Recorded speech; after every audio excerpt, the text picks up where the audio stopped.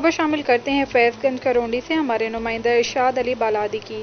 خیرپور میرٹھ کے شہر اکری چودگی میں کاٹن فیکٹری میں فلٹر پلانٹ کی عدم موجودگی کے خلاف سوشل ورکر نوجوان اتحاد اور اکری کے رہائشی نے احتجاج کیا۔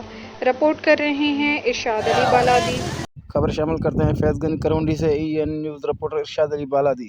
خیرپور میرٹھ کے شہر اکری چودگی میں کاٹن فیکٹری میں فلٹر پلانٹ کے عدم موجودگی کے خلاف سوشل ورکر نوجوان اتحاد اور اکری کے رہائشیوں نے احتجاج کیا، جس میں لوگوں کی بڑی تعداد نے شرکت کی۔